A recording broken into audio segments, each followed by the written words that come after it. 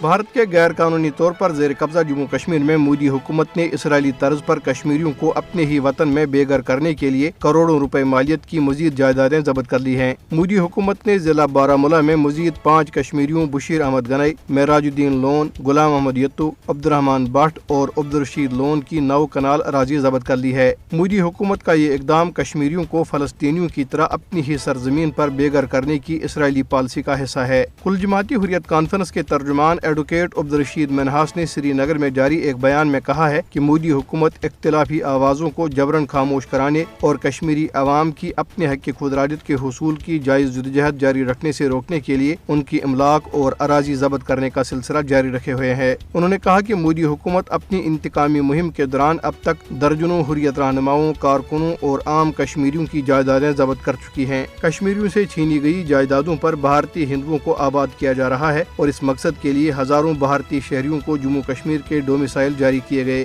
ہندو امرناتھ یاترا قریب آنے کے ساتھ ہی بھارتی قابض فورسز نے مقبوضہ کشمیر میں اپنی پکڑ دکڑ کی کارروائیاں تیز کر دی ہیں۔ مقبوضہ علاقے میں بھارتی فوج کی مشقوں کے بہانے کشمیریوں کو گھروں میں محصور رہنے پر مجبور کیا جا رہا ہے۔ ہندو یاترا ہفتے کے روز سے شروع ہوگی۔ کشمیریوں کی بنیادی ضروریات کو پورا کرنے میں قابض انتظامیہ کی ناکامی کے خلاف لوگوں نے جموں میں زبردست احتجاجی مظاہرے کیے اور بجلی اور پانی کی بلا تعطل فراہمی کا مطالبہ کیا۔ ادھر جنیوا میں کشمیری وفد نے اقوام متحدہ کے دفتر کے باہر احتجاجی مظاہرہ کیا اور مقبوضہ کشمیر میں بھارت کی طرف سے جاری انسانی حقوق کی سنگین خلاف ورزیوں کی شدید مذمت کی۔ مظاہرین نے اقوام متحدہ پر زور دیا کہ وہ علیل حریت رہنما فاروق احمد ڈار کی رہائی ممکن بنائے اور مقبوضہ علاقے میں پرتشدد واقعات کی تحقیقات کرے۔ جموں کی ایک عدالت نے کشمیر ہائی کورٹ بار ایسوسی ایشن کے سابق صدر ایڈوکیٹ میاں عبدالقیوم کو یکم جولائی تک پولیس کی حراست میں دے دیا ہے۔ میاں قیوم کو بھارت کے بدنام زمانہ تحقیقاتی ادارے SIA نے منگل کو گرفتار کر کے سری نگر سے جموں منتقل کیا تھا، جہاں انہیں عدالت میں پیش کیا گیا۔ پیپلز ڈیموکریٹک پارٹی کی سربراہ